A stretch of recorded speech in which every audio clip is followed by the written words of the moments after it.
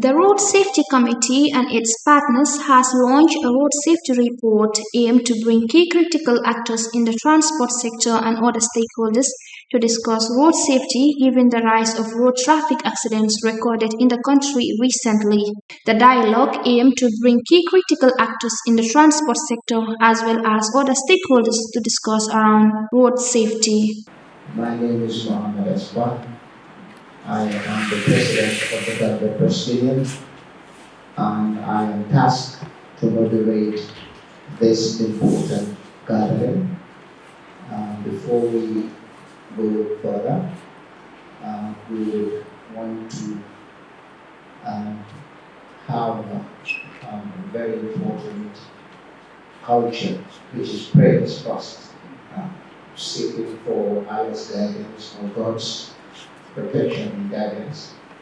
And maybe what we will do, hence we have an imam here and a pastor.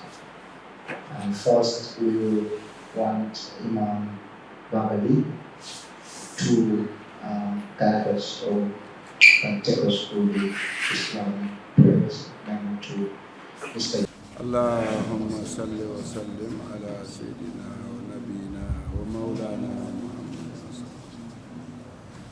اللهم بجاه صلاة الفاتح افتح لنا من كل باب السالك وبجاه صلاة لما أغلق افتح لنا من كل باب الخير المغلق وبجاه جوهرة الكمال أختم لنا بصالح الأعمال وبجاه الذات وبسر الذات وبالنور الذات وبأصل الذات ذات الأطلال ذات ولا لها معرفة الصفات أثبت لنا بكل أمور فاكفنا إله رب العالمين بجاه قل أعوذ بالفلق من شر ما خلق ومن شر غاشق إذا وقب ومن شر النفاسات في العقد ومن شر حاسد إذا حسد وبجاه قل أعوذ برب الناس ملك الناس إله الناس من شر الوسواس الخناس الذي يوسوس في صدور الناس من الجنة والناس اللهم نعوذ بك من شر كفار ومن شر النصارى ومن شر الجن ومن شر الإنس ومن شر ما نعلم من شر مما لا نعلم من كل شر يا رب العالمين أعوذ بكلمات الله التامات من غضبه وإقابه وشر عباده من همضات الشياطين أن يحضرني سبحان ربك رب العزة عما يصفون وسلام على المرسلين والحمد لله.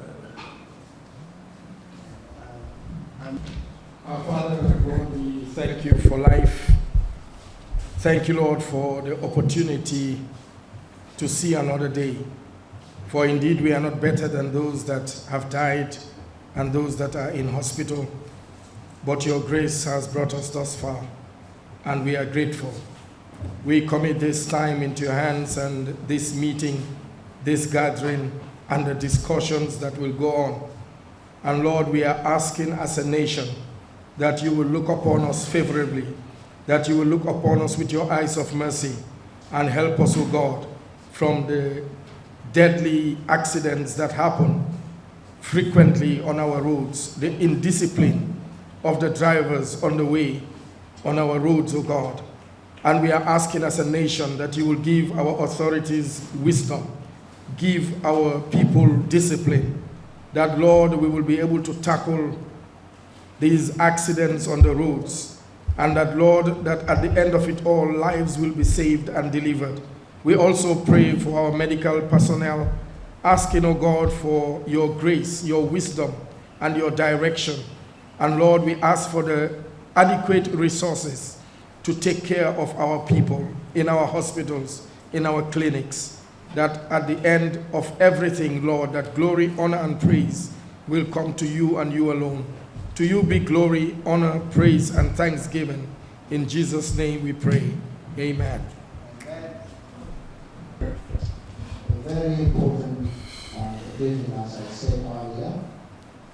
This is a committee. It was initiated by Gambians from different sectors. And the chair of the committee is Mr. Sise.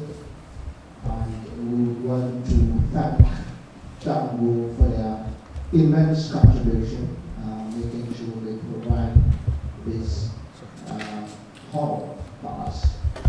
And we also want to thank the security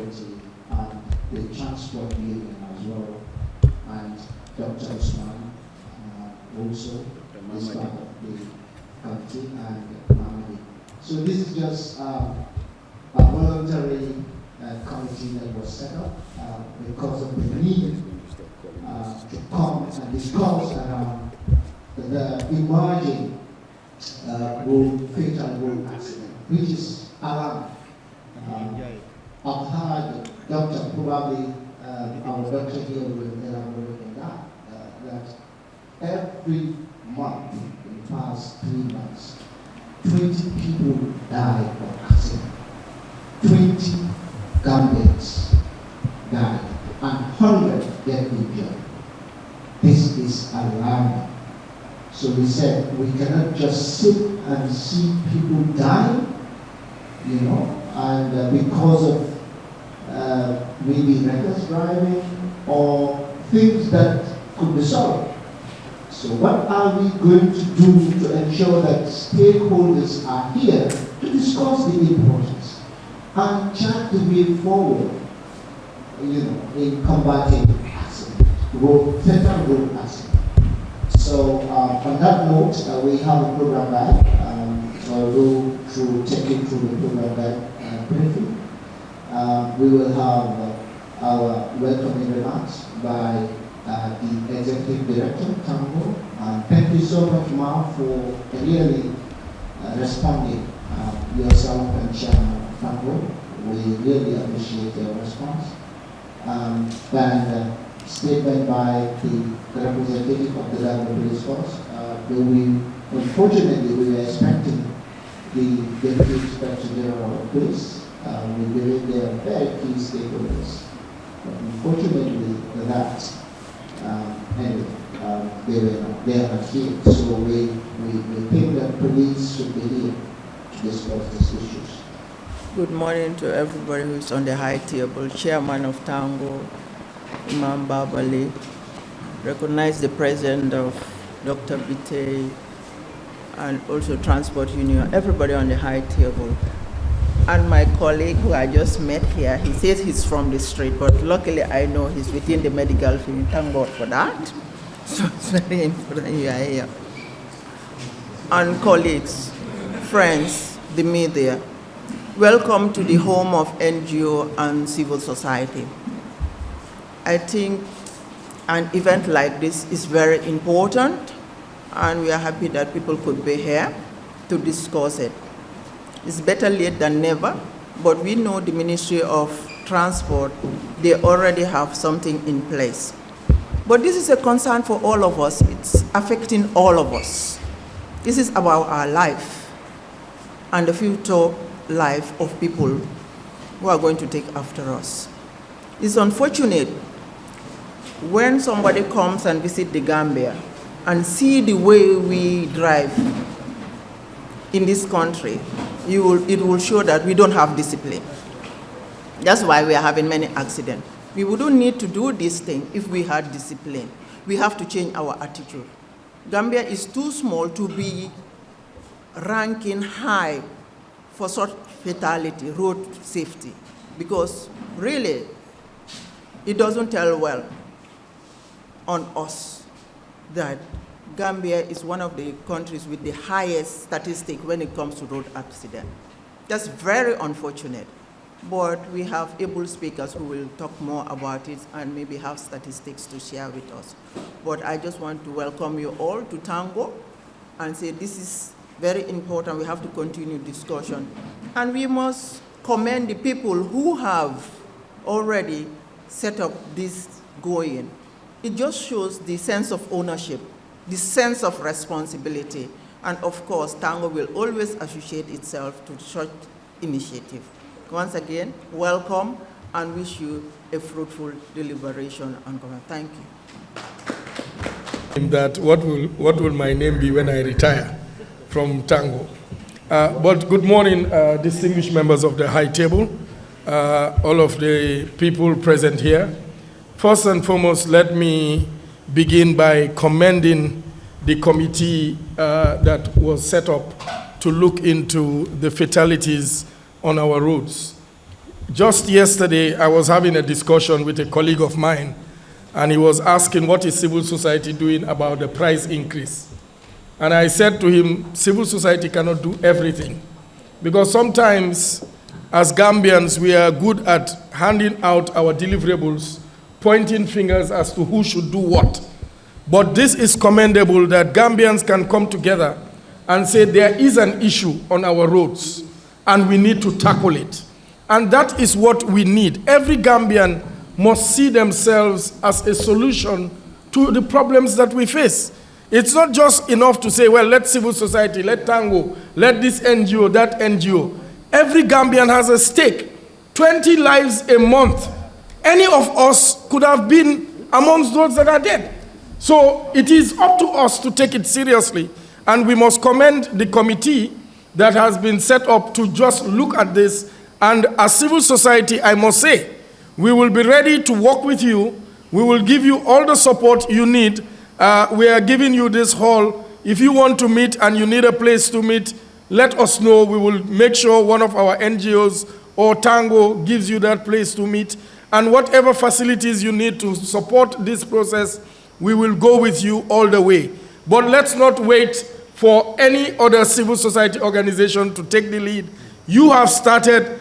We will support you all the way. And this is a noble initiative.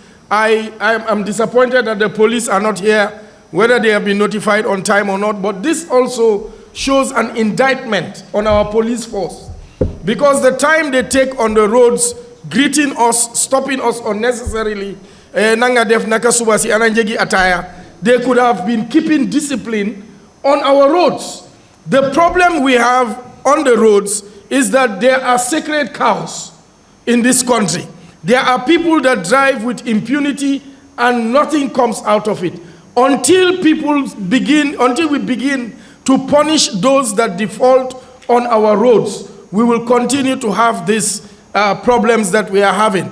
And we must put pressure on the police force that their mobile division does what is right, man the traffic in such a way that anybody that is found wanting, violating traffic rules is held responsible, and if need be, let us tighten the laws or make the laws more, more strict, in the sense that if you commit a traffic offense, even if you have to serve prison time, then do it, so that one life will not be lost any longer on our roads. And with this, I want to once again thank this committee. This is a noble initiative. You have all our support. May God bless the work of your hands and increase you and give you success in this new endeavor. God bless you.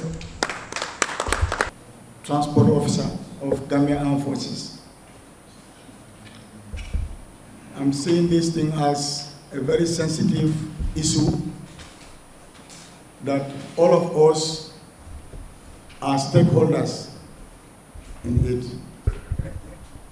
But mitigating accident is very vital. On that note, we are here to share something that we are all involved. Majority under this roof are all drivers. So anything, my advice is anything we are doing here, you should calculate it very well,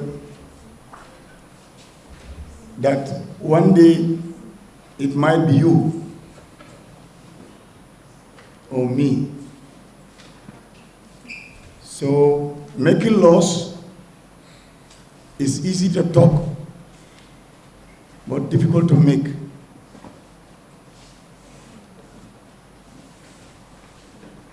So I thank you very much for giving me the floor to introduce myself. Thank you. Good morning, everybody, and sorry for coming late. I was lately informed to be attending this workshop or meeting. My name is Bakari Kemane, Senior Road Safety Officer, National Roads Authority. I'm glad to be part of this forum, and thanks for the organizers of this very important forum, which should be the concern for everybody, whether citizen or non-citizen living in the Gambia. It's a concern for everybody, especially the parents.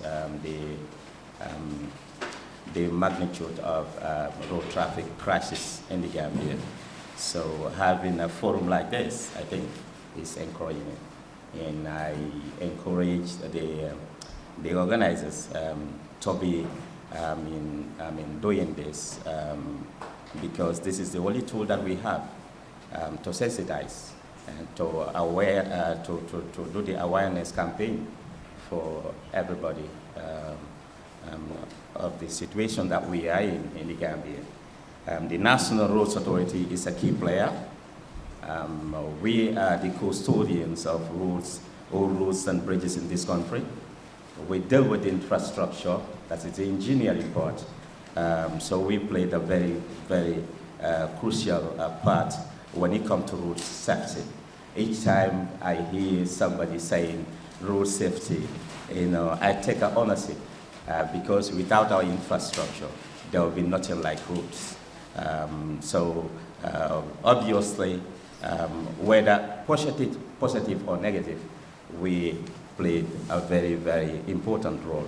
And we also welcome all complaints or blames regarding to the roads because we are the owners. So, of course, if people feel Mr. X sitting at the corners feeling our roads are negative or positively contributing a very high percentage of this road, unfortunate road crashes in the Gambia. I agree to a certain extent. Nonetheless, I have a very short keynote address that I wanted to do. It's not written by me, it's written by my MD. He just handed it over to me, not typed.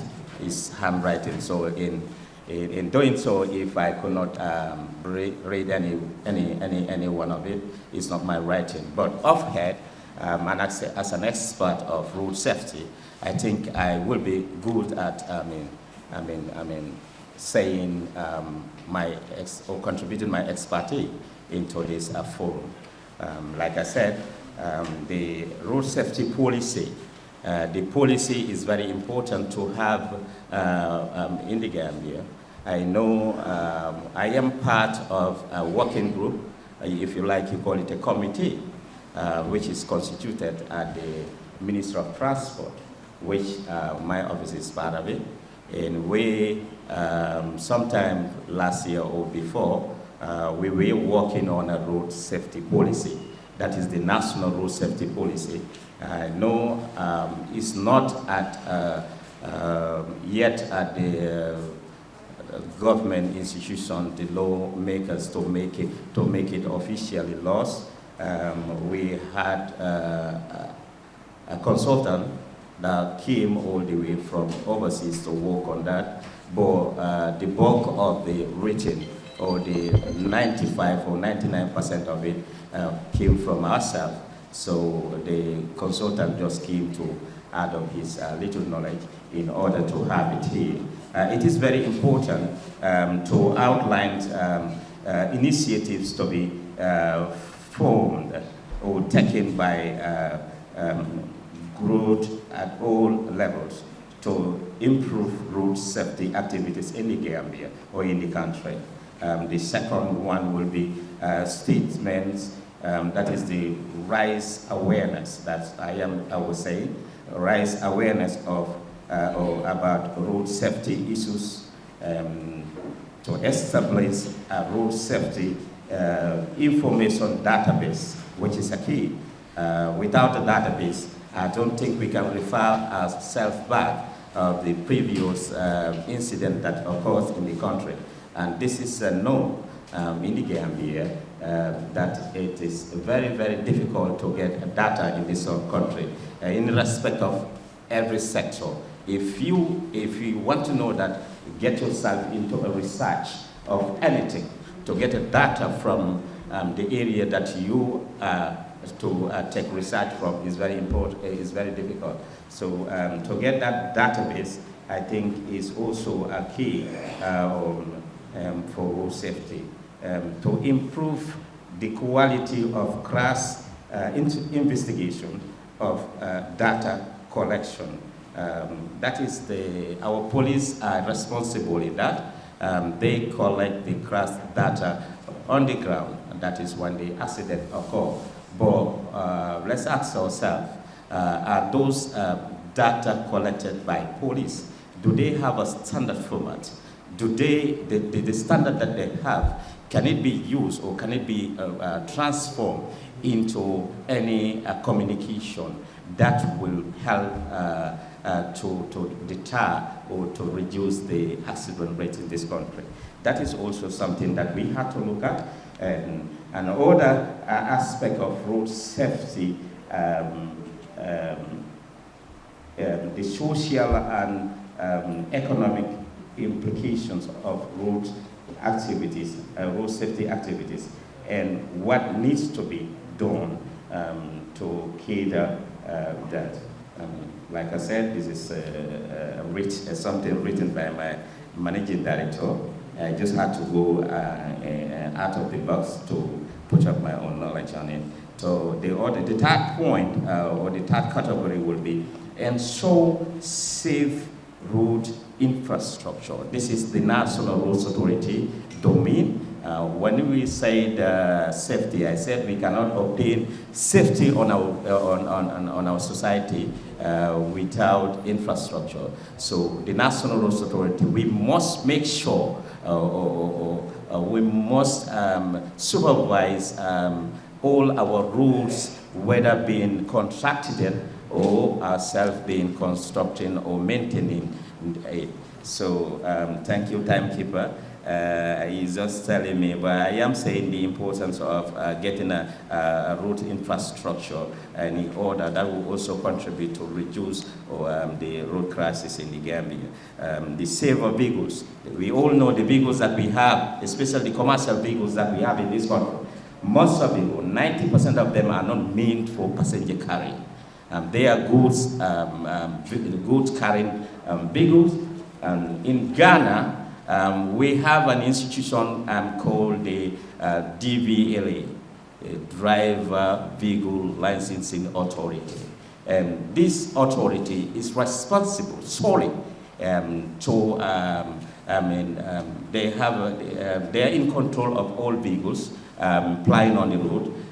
They don't do the eye inspection to say you are qualified, that we're doing in the Gambia here. Come December, January, go to mobile traffic or the garage, traffic garage.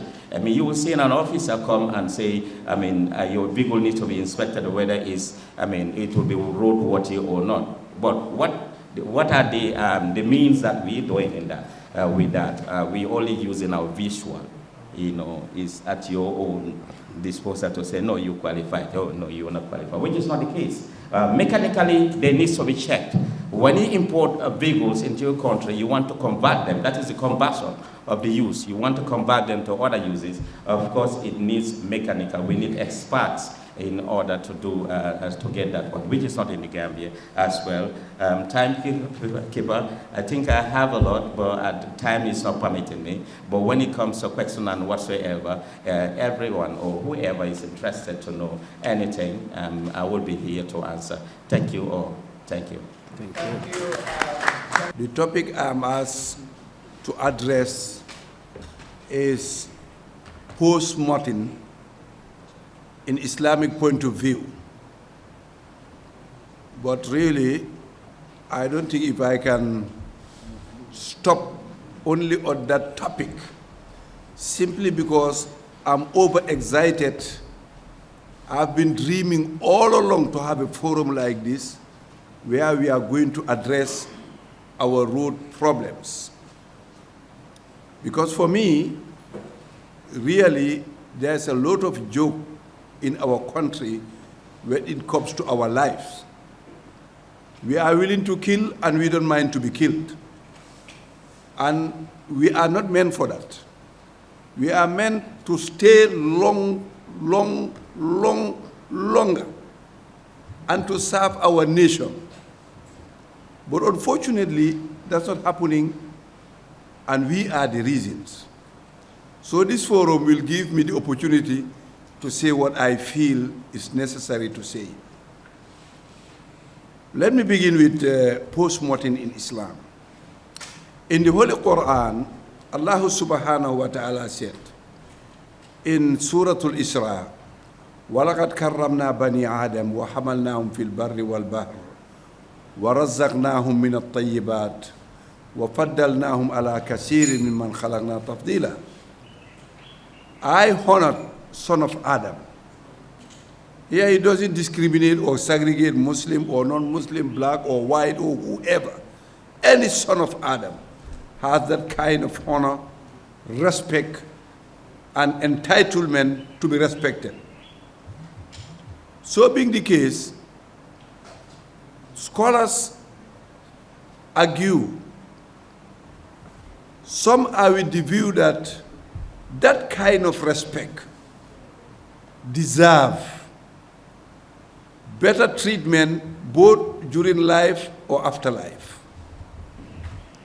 And the Holy Prophet said, as it is illegal to break somebody's bone alive, that's the same way it is illegal, forbidden, to break his bone when he passed away.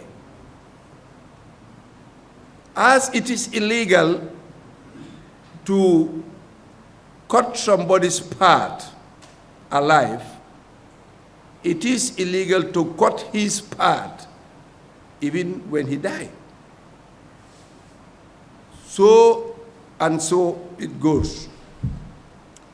Scholars argued, is post-mortem legal or illegal? Is it Islamic or un-Islamic? They came up with almost unanimously agree it depends to the reason why post-mortem is done. Why post-mortem is done. Some scholars, one like Abu Dawud, he said, an example, if a pregnant woman passed away while the baby is alive in the stomach, should we leave the baby to die along with the mother? Obviously no. So what Islam advised there is to do surgery and save the baby's life. That itself can be seen as a post-mortem.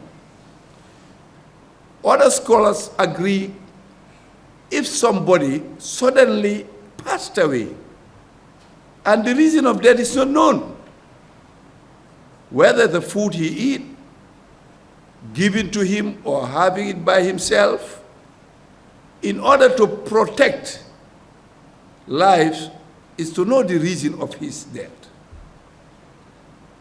Because that will help to be able to protect future lives from that kind of food, whether it's over frozen or whatsoever. When medical personnel knows, they will know how best they can protect future lives. So those kind of situations, Islam accepts 100% that body to be post-mortem. And they base it on Islamic principles in the jurisprudence that dar'ul mafasid muqaddamun ala jalbul masail. Before you work for benefit, he said work to defend destruction. Because the moment you are not destructed, then you are safe, you are benefiting. So post-mortem is legal there. And then scholars continue their research. What of accidents? Somebody in accident died. They said the law has the right and should be given the power Islamically to examine the dead body from the accident. Did he die because of the shock Or did he die because of, maybe he had a blood pressure. Maybe he was scared. Maybe he was suddenly, the blood ratio get up, and then he become a victim of that accident. Because you cannot charge the driver, for example, a murder or manslaughter, when the patient himself died long before even the accident happened, and all is possible. So there again, because of the legality and to verify the situation, it's legal to run post-mortem for accident dead people. So really, in a nutshell, Islam agree 100% with post-mortem if the reason is genuine. If the reason is meant to protect future life, if the reason is to expand knowledge, research for disease, research for medical reasons, post-mortem is legal. What Islam is against is post-mortem because of ritual reasons, and all those things happen. You go to our mortuaries, at times people here are caught for this kabun kamarabus, the sanes and the manes. You know what I mean? I want to be more precise. You know, for ritual reasons. Some their tongues are cut. That it can seen as post-mortem. Those are illegal and will remain illegal and inhuman and unethical. Unethical for that matter. So this is the topic that I was called for, but as I said, I don't want to stop there. And I don't want the chairman also to raise his hand, because I think the whole, I don't think if the whole is there anybody who older than me except my Goro. Exactly. That's why I said except my Goro. Oh, I'm seeing another face. They become many, you know. Anyway, I'm among them. I just want to expand a bit. That is the kind of accident happening at times. It is even caused by our very self. We, the big men driving. At times, the big men use their status in traffic, overtaking everybody and putting his hazard lights on, thinking that that hazard light gives him privilege to offend. It's haram, my friend.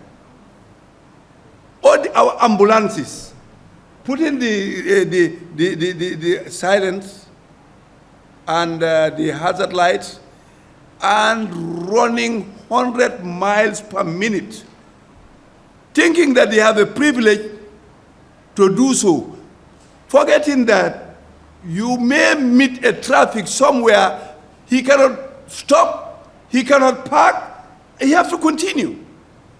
So what are you going to do? You either hit him or to be hit, because you have no space to move. So I want to say, those lights or those situations are just privileged, they are not right. The ambulance drivers should know that all what they are running, the motive is to save life. Now you are going to save life, you kill 2-3 lives. Does that make sense? No, of course. You have a patient in your vehicle. You are running to save he or her life. And then you hit a vehicle where 3, 4, 5 people die. And you are faulty. That is wrong. That must be addressed. The other thing is, when the president is traveling, I believe 100% the president is not aware of it, because I know him. He's somebody I know. He will never know that, and then he accepted to happen. Recently, when he was going to Guinea Equatorial, traffic was closed from 8 o'clock to 1 o'clock. What is the need of that? And all vehicles are asked to use one lane. And those drivers, some passengers are sick. Some have problems. Some need to ease themselves. Just because of President traveling, I really cannot make sense out of that. I even called the IG to talk to him. This is not right. It's not right. It should not be tolerated. The president has gone, open the traffic. They never do it. Till 1 o'clock, Billahi al-Azim. I stand to be challenged and call me anywhere. I stand to be challenged. It's not right. The president is traveling, fine. He's honored. We love him. We want him to stay with us as long as possible. But let the traffic go 30 minutes, 1 hour is enough. We were against the previous regime because of that type. That kind of, abuses. We cannot tolerate it anymore. We had not been even tolerating it during his time. Much more now. Because for him, he used to close the Talending Highway and the Fajara Highway and the Bijilo Highway. You never know which route he will take. And then he take any road he wants. And then after 2, 3, 4, 5 hours, 6, it becomes open. It's not normal. We are all citizens. We share equal right. We give privilege to our leaders. That's their entitlement. But let it not be overused. I believe 100%. There are games some are playing which is not right.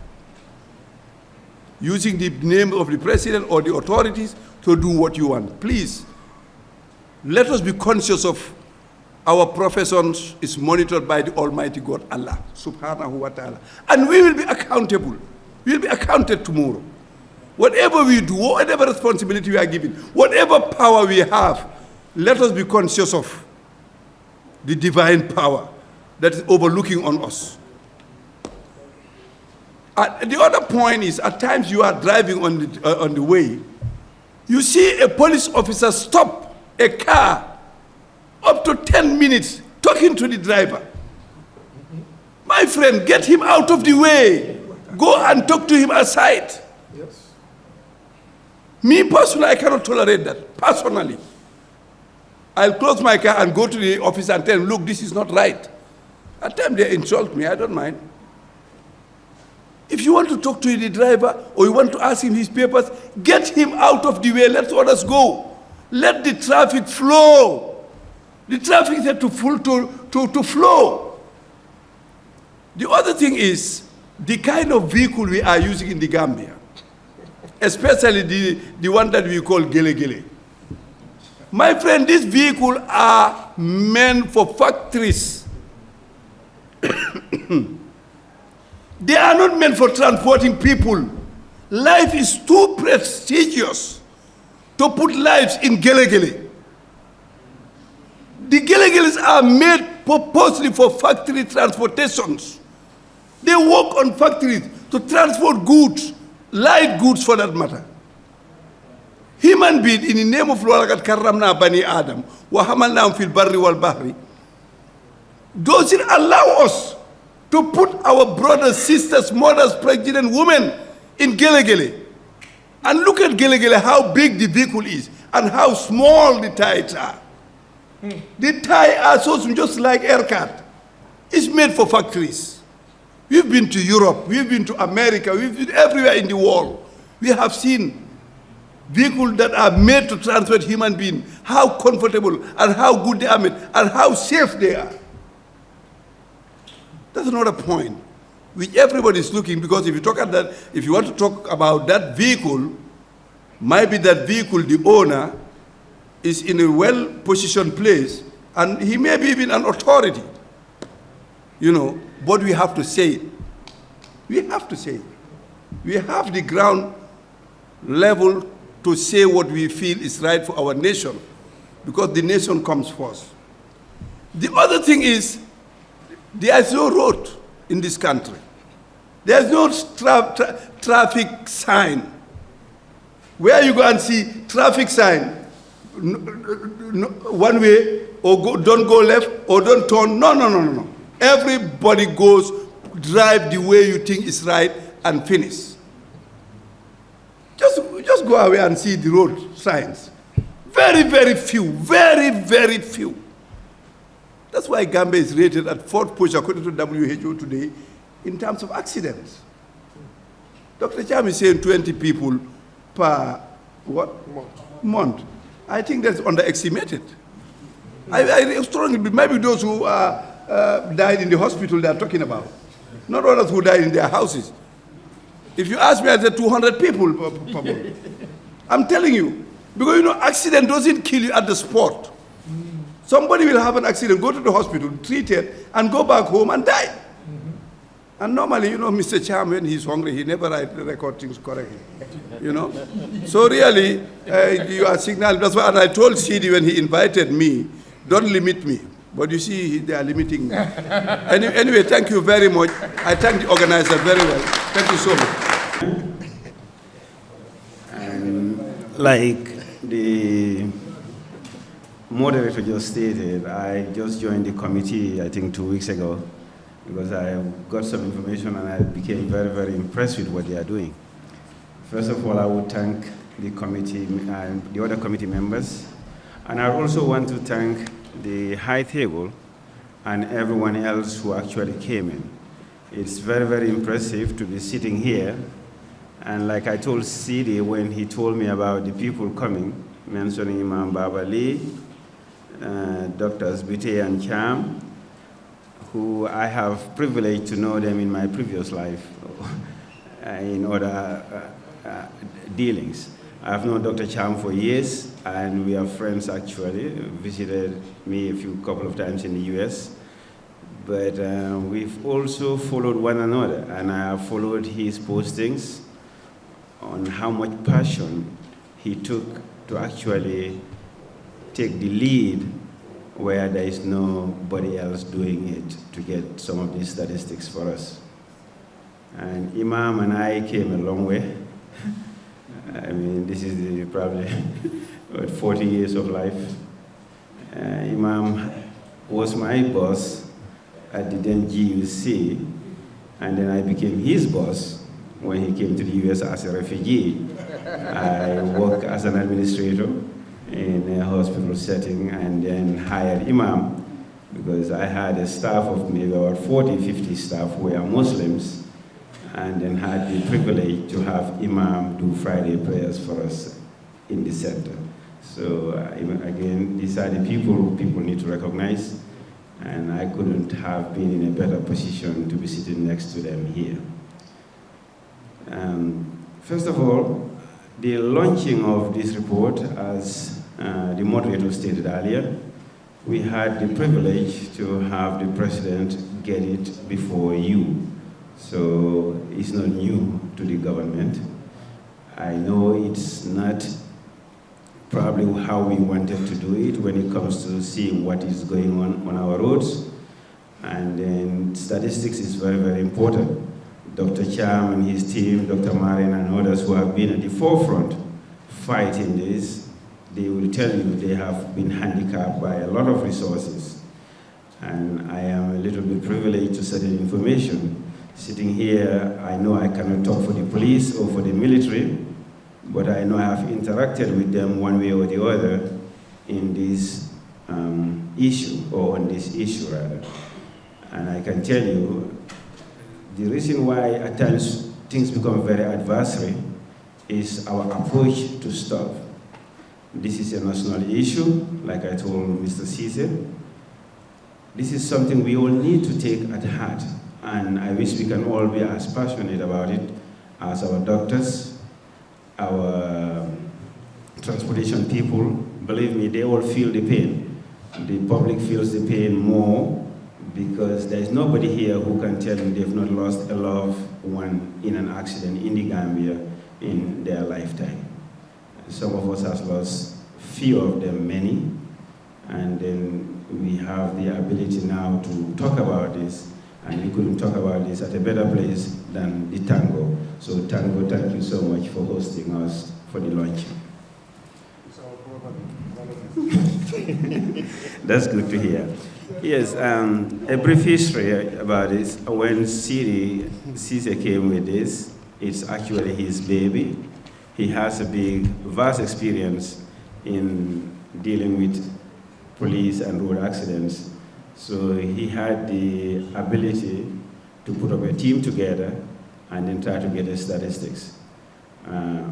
We have a document that we may be willing to share, I would say, with every one of you, if you can share emails, because the copies are very few, but we have a soft copy we would love to share with everybody, so you can have an idea how we came to these statistics.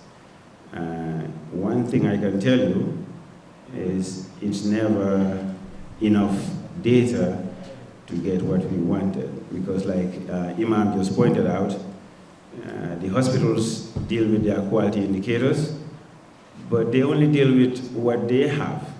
Even Dr. Cham, in one of his reports I read, said that follow-up was not done. And in actual fact, that's the reality of it, because we have a lot of accidents that I am sure after the hospital, there might be 1 or 2% more that would die, maybe 5 or 10% more who would stay home for not working, because the WHO standard, if I recall, is about, we do lose about 30% of productivity after 1 week of accident. We lose about 30% more of, how do you call it, people who actually have household difficulties. That is because of accidents. You may not be able to help your wife or your husband or your family to do certain things. So these statistics are there, and to see Gambia ranked number 4 is so unfortunate. I had the road accident and the NRA talking about it, and then everybody else talking about it. However, with the launching, what we want to base this on is to make sure everybody knows that, like I said, it's nothing adversarial. The police are Gambians like us. The police are very, very limited. And with the report, it will show where they are limited at, and we want to work with them to make sure they get all that they need to get this done. The guy from NRA, Mr. Mania, just told us what the Ghanaian system is, which is the Vehicle Licensing Authority. This is one of the remedies we are thinking putting in place can mitigate some of the issues we have today. Because I can assure you, even the police command felt the same way. They couldn't be the one to police the police. Because what is happening is, if they are the ones issuing the licensing, they are the ones still being there to enforce the laws. It's actually the same people. So in any civilized society today, that is one thing that people have gone away from. But Siri will tell you our laws are maybe almost more than half a century old when it comes to the Road Act. So maybe it is time for those of us here as stakeholders to push to get an authority that can help us keep our roads safe. With that being said, I would keep most of the statistics away from you for now, because I would not want to preempt Dr. Cham. Dr. Cham, like I said, have a lot of information on this.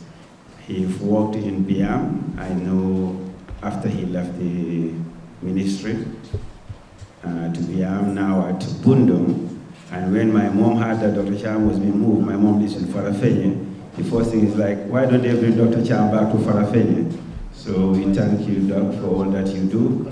And hopefully this will be the beginning of a long journey that we can all get there and make it shorter with our interventions. I thank you, Siri. I thank the whole team and those in attendance. Good luck to all of us as a nation. I think we have a lot of work to do, and this is a very, very good start. Thank you. Good morning. Good morning to the high table, my own Imam, Imam Babali, and other high table dignitaries.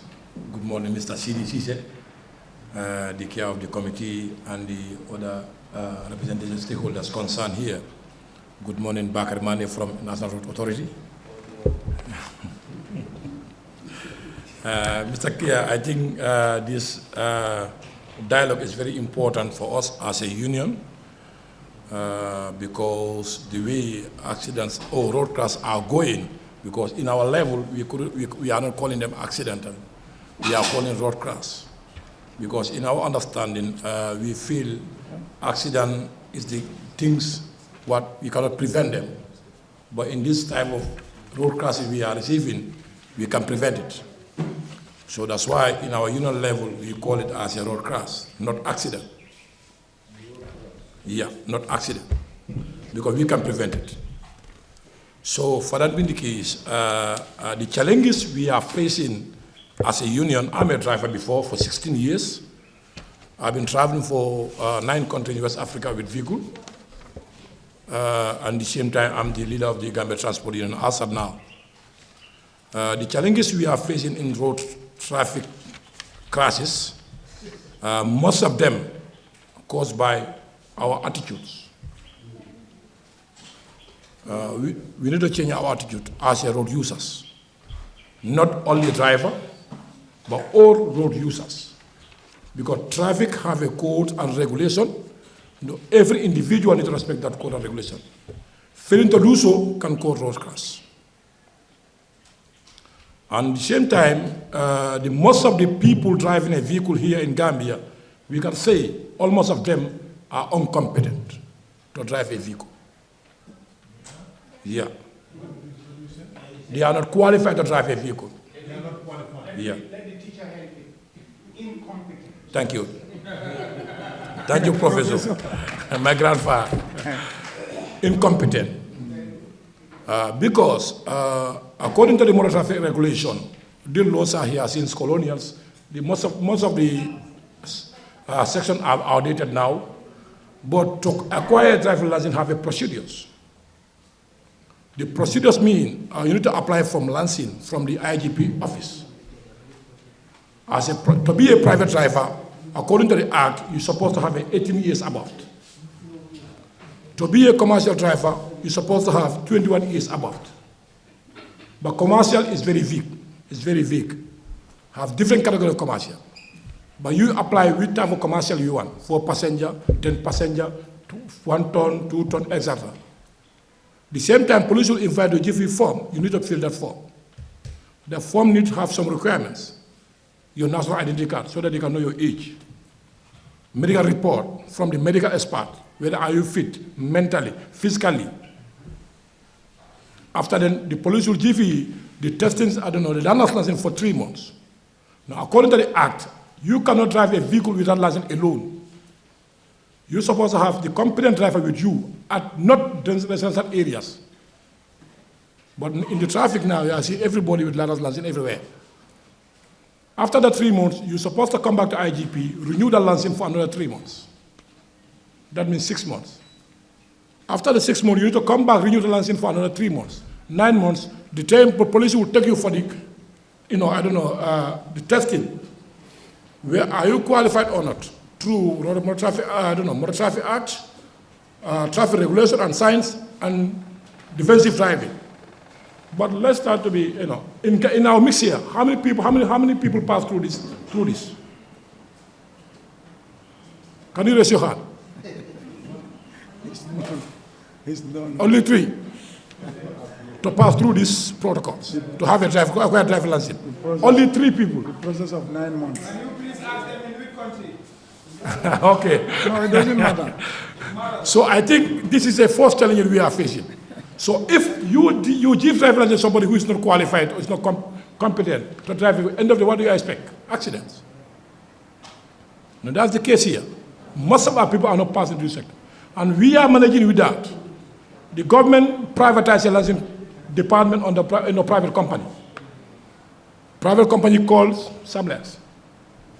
The company invests. Register employee invests, employ, end of the day expect profit. The more license he print, you have more profit. Less license, less profit. We all know between the businessman and the profit. These are not the challenges we are facing today. At the same time, they connect the national identity card and the license. If you don't have national identity card, you cannot have license. It's the same data. It's the same data, the same picture, the same details. So I think security is not there no more. That's why now they are selling the license like a bread at the shops. To have a brain, it's most difficult to have a driving license today. Let's stop realistic ourselves. So how can we prevent accidents? The drivers didn't know, didn't care. The laws are outdated. Our road users are not respecting traffic signs. The police are not familiar with traffic code and traffic signs. Even the police themselves. Even some police didn't know what the motor traffic regulation says. Because you have motor traffic regulation and motor traffic act. But these laws are here since colonials. Still, we are not doing anything to revisit them and try to amend so they can be a better standard. Our roads, I think my uncle is here back at money. Vehicles are increasing both day and night just like it. Vehicle didn't have any family plan. Vehicles are increasing, but our road size remain the same. Less than 7 meters. No security codes, no road signs. Ms. Imam Babali says here. No traffic codes. No wide margin. No zebra crossing. No nothing. Let me give you an example like the place called Tanene. The place called Kayaf at Kia. Most of accidents caused by the road. But still, we don't see anything government, the ministry, the NRA is doing to rectify those mistakes. They have been complaining. People are coming to remove this, road sign. But that is not the end of it. You have another plan to see how to fix the road sign so that you can guide people during the transportation. But still, our roads are remain the same, particularly the rainy season. We expect to receive more road accidents because Sergama Bridge is operating for 24 hours now. We have more fleet of vehicles on that road. That's Sergama Highway now. The average of transport in that highway now. Most of the serious accidents are head-to-head. Because the volume of transport, the vehicles are being increased. The size remain the same, no traffic, no security codes there.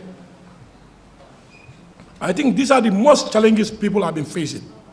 At the same time, today we are talking about the road safety here as Gambia. If you call road safety, which institution responsible for road safety in this country? That's the question we have been asking since day one. Police have been calling, they are responsible for the road safety. The ministries are responsible. They are responsible. Which is which? I think we need to be moved to have a road safety agency. Because now, the police are to have road safety agency in this country so that we will know where the lapses is. If roads are not standard, they can call the NRA so that they can explain to them, they will put the road accordingly. Enforcement is very lack. Enforcement is very lack. Because of why? If you feel you see drivers who is driving, having drivers not qualified, who will assess the guy? Police. The police end of the day will come and drivers not qualified. They will never do so. Driving have an accident. They do the investigation. They understand the guy have driver license but is not qualified. They will never come out to driver is not qualified. Because if they say so, they are blaming themselves. So I think road safety agency need to be responsible for the road safety matters. They will do their assessment, the way police are enforcing the laws, the way NRs are controlling our roads, the way ministry working our policies, the way we drivers are operating, and they can do the assessment, and we know where the problem lies. But now, Gambia, if you talk about road safety, some the institution take it personally, they think you are attacking them. But now you want to save our lives. Because we came here through vehicle, you will all go back through vehicle. You can't drive safe. Somebody from nowhere come and hit you. That's the end of your life. And as a union level, what we are doing today, to reach our drivers, to engage them. But we understand most of them didn't understand what the traffic or traffic signs have been saying. So I think we need to start it from our drawing board, from government level. Because today, we have almost 200,000 drivers in the road. Less than 2 million people. Less than 500 kilometers. So I think government needs to have a political will. It's very lacking in this road accident. Political will. You want to save people's life. You need a lot of investment. But what we are doing, we go to radios, TVs, and do the end of that is the end of it. So how can we protect people? We need to have a good vehicle. What the government want to do to bring the good vehicle to support the government in terms of road transportation. The average of Gambians are traveling through the road commercial vehicles. Average of the Gambians. are traveling with commercial vehicles. But vehicles are not enough. So there are people who they don't have chance to join this, my Imam was saying, Gelegeles. They don't have choice. So, Mr. Moderator, I think what we're supposed to do as of now, let's try to engage our families. Because through a 2021 report, we have been seeing most of the drivers, even are not pass through the way we land a vehicle, go to the garage, be an apprentice for a period of time, come and be a driver. What is happening now? You have your son at your compound. He's very stubborn, very stubborn guy. You are disturbing over the guy. You find a vehicle and give it to him. Go to traffic. Yeah. So end of the day, that guy, we expect more harm than good. So I think the compound leaders need to take their responsibility to discipline their children up to the standard. Because most of the people, if you approach them, bro, they respond always negative. Always negative. So now there's some people, if you ask the driver is doing something, to approach the guy, you are always scared. What is going to be a response? So my recommendation here is going to be, let government take their stance. Start means let's have political will. Without no political will, we are not moving inch. Some of the things, this is just before Bullock. If you're coming from where they mine, so this vehicle, yes, this vehicle left the police, passed the police at Bullock, but fell just around the stone bridge. So you can see it was overloaded. Yes, so it has not escaped the sight of the police. But unfortunately, it did. Just to give you an outline, I just want to give an objective of the methods applied, the study area and hospital, findings and conclusions. Next. This is the type of accidents you see. This vehicle went to somebody's car. A house in Bullock, just next to the police stop. This was the accident that killed one of the estate agents, something Simon. With this vehicle, they hit. This was an accident during the campaign, presidential campaign, which involved 25 people. 4 died on the spot. The others, we don't still know their outcome. And this one just fell into the ditch. Now, next slide. As I said, it's not a routine that every hospital in this country, public hospital, they record this. Patients can go there, but it's not recorded. We are, out of my interest, we introduce, this is the objective, just to give you this, the frequency and incidents and determine the health outcomes of those who came and make a comparative analysis between 2019 up to 2021 to give a trend. We introduced a RTA register in the hospital so that all patients coming who reported are registered. And that we developed a line listing. When an accident occurs, one accident, you line list all the people who are involved, their biodata and what health conditions they have. Then there's another form you apply how the case was managed. That's the case management form. Now the study setting, this span between the length of the 4 years and anybody during this study period who visited the hospital for care after involving in a road traffic accident. The hospital has a bed capacity of 118. They have a fully operational theater and 8 resident doctors. On Saturday, there is no surgeon or orthopedic doctor. So that means that anybody with orthopedic problem will be referred to investigate for care. And we have transfusion blood is readily available because we introduce a system of active blood harvesting in the community. We don't wait until patient need, we start looking for blood. But when we donate, when the hospital gives you blood, before discharge, your relatives has to replace the blood. That's the essence of the bank. Now, just to give you the incidents in 2021, this was the accident. 169 accidents registered in the hospital and involved 422 people. 35 were admitted, some were lodged and asked for, and these were managed just at the spot where they have minor injuries and they left home. And these people died either at the spot or within the hospital before anything could be done. And these were referred out. Next. Now, some of the statistics will tell you the 169 accidents, 422 people, and the surveillance period was 365 days. Then the incidence rate on 2021 was 1 accident every 2 days. In case fatality, it means the number of people who were involved and died. So you see, in health, especially dealing with life, any death above 0 is significant. Nobody wants to die. So it's 3.6%. For every 100 people, 4 people die. And proportion referred out in that year, 2021, was 11%. This also tells you the lack of capacity at the hospital to manage certain conditions.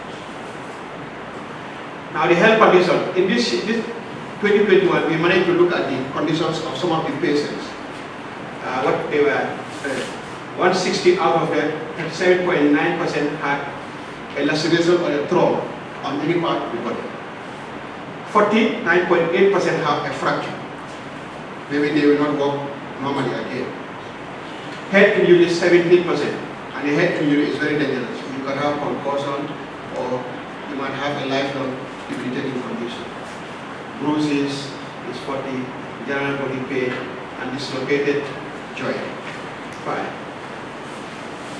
Now, this just gives you the comparison between 2019, 21, and 20. The ones I marked red, it tells something, a story. Whilst it reduced, the incident of accident reduced from 103 in 2019 to 2020, it has soared in 2021.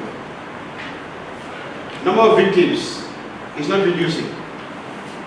Even the number of accidents reduced, but the number of victims is proportionally increasing. The surveillance period was constant, and the accident rate. In 2019, we registered 1 accident every 3 days. In 2020, 1 accident in 4 days. And 2021, 1 accident in every 2 days. This is telling you that the frequency of accidents in this part of the country is not reducing. And the case fatality rate is 4.6%, 4.36%, and 3.6%. Whilst we assume that the number of patients referred to every state has reduced, but we don't know the outcome. One of the drawbacks of this study is that we don't do a follow-up of this case. Because once they are referred in FSA, we don't know what their lives are. It's possible that they die. It's possible they live, but in a very unrewarding life. You see, as somebody mentioned, it's not only the death we measure. You should measure also how it impacted on your socio-economic life. You need an economist to do that calculation. Here you see a very stunning picture. Next. This is one of the accidents that occurred. This not long ago. Yes, the same gele. See the blood everywhere. Next. And this accident killed 7 people on the spot. 1 accident. These are the dead bodies. Accident is killing more than COVID is killing in this country, but it doesn't get attention neither from any of the institutions. And it is reaching a crisis point. Nobody is safe, even if you are in your house. If you see that picture I showed earlier, where the car in somebody's house. You are asleep in your house, but the car hit in your house. So nobody is safe. So the conclusion is too many and too frequent accidents are almost safe. I just want to tell you something which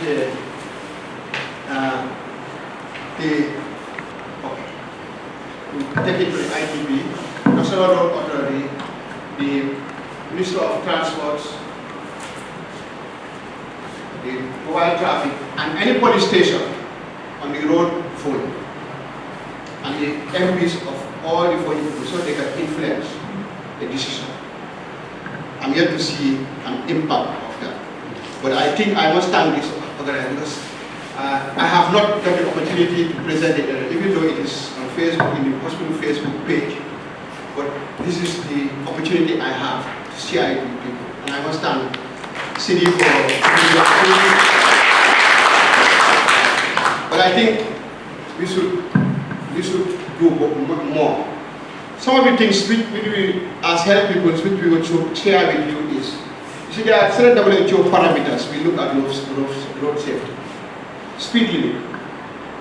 If you look at the Road Traffic Act, it's obsolete. It doesn't reflect the present day situation. Seat belts, you see the law is repealed. It's not being enforced. Alcohol level consumption, we are not measuring. But I'm glad that in one of your programs, you put the guy on the spot that we saw it happen, you are donated, when we will start.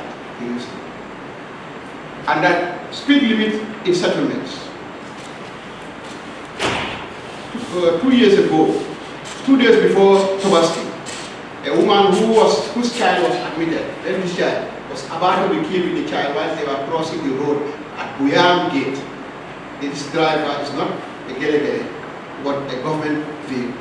Running top speed. When he stopped, the vehicle was dragging, skating for more than 500 meters. So it's not always the gelegele drivers. You know. The other thing is mobile phones. Is the still law exist? We think inherently why this thing came for the mobile phones while driving. It's not about your hand. It's about your mind. But now people have resorted to you to headphones. But you don't have parallel minds. This should be stopped. Once you are driving, you should not answer for your phone, whether by your hand or headphone, because you have only one mind that can concentrate on one particular driver. And the helmets, it's not being used on the riders now.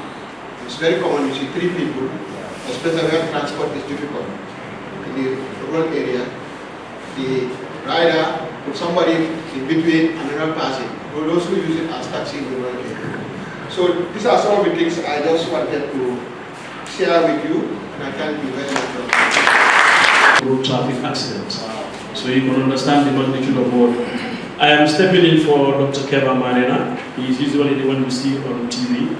He is in theater right now, and you don't have to guess what he is doing. He is operating on a patient, a list of them, 5 of them, all of them road traffic accident victims. So that is why I'm advertising for him today. So mine would be more or less from the Edward Francis Small Teaching Hospital, because we receive all or most of the trauma victims who require specialist intervention. As you could hear from my landed colleague, that it is only the Edward Francis Small Teaching Hospital that offers specialist care to road traffic victims. So there has always been confusion with the terms road traffic collisions, road traffic injuries, motor vehicle crashes, and road traffic accidents. We believe they are not accidents.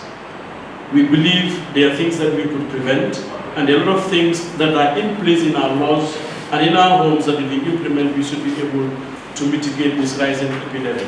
Next slide, please. If you see worldwide, this was about 2015-16. You have 1.3 million. Now it has even increased to 1.8 million people dying every year from road traffic accident. To say that there is 1 death in every 30 seconds and 1 child dies in every 3 minutes from road traffic injuries. Wow. Next. So these are some graphic images of some of the road traffic accidents. Some of them occurred in the country here, some of them were outside, but they do not differ from the realities of our country here. Most of the time, people are bundled up, carried in trucks or in vans, and the bystanders are the people who will normally be the first aiders. And even the way we carry them to the hospital, sometimes to aggravate their already existing injuries from the primary trauma. Next, please. Why are road traffic accidents disproportionately high in low and middle income countries, like our own country in the Gambia? It is sad to say, we do not own the highest number of vehicles in the world.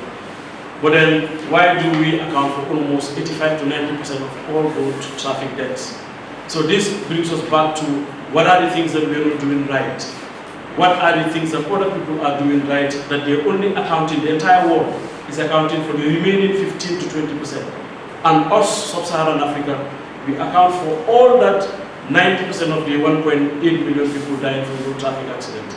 So this is why this conversation that we're having today is very much important. Next, please. What do occur in these road traffic accidents? If you see, so 25% of all related deaths in the world are from road traffic accident. It is the #1 cause of death, overtaking infectious diseases including HIV, tuberculosis, and malaria. Right? But it is mind-blowing to wonder why you wouldn't see funding from any government institutions, funding from non-government institutions that are addressing the needs of road trauma victims. Even the COVID, the entire span of COVID in these past 3 years, we had about 350 to 360 deaths in the country from COVID. However, you can imagine the number of people dying, 20 per month. These are reported cases that report to us. And how about those who die, like Imam Babali said, that the correct definition is if anybody dies within a period of 30 days from when you had a trauma, that death is considered a trauma death. How many people are seen in the hospital, treated, sent home, and they eventually die in their communities and we do not record it? Actually, it's 99 deaths per day. Yes. From 2018 till 20 per day. Yes. No, we are talking about the Gambian. Yeah, I mean yes. Gambia. The Gambian. No, this is 7.51. This is Edward Francis Small Teaching Hospital. No, I mean for Gambia. Okay. It's about 99 deaths per day. Okay. Okay. So I would also want to emphasize that what I'm presenting is only for Edward Francis Small Teaching Hospital. So meaning to say that more is happening outside, from Biam, from Carnifing, from other places, and even those that will die and their communities will just bury them that we cannot capture. Yes. Next, please. So this is more or less a representation of the data that I was talking about.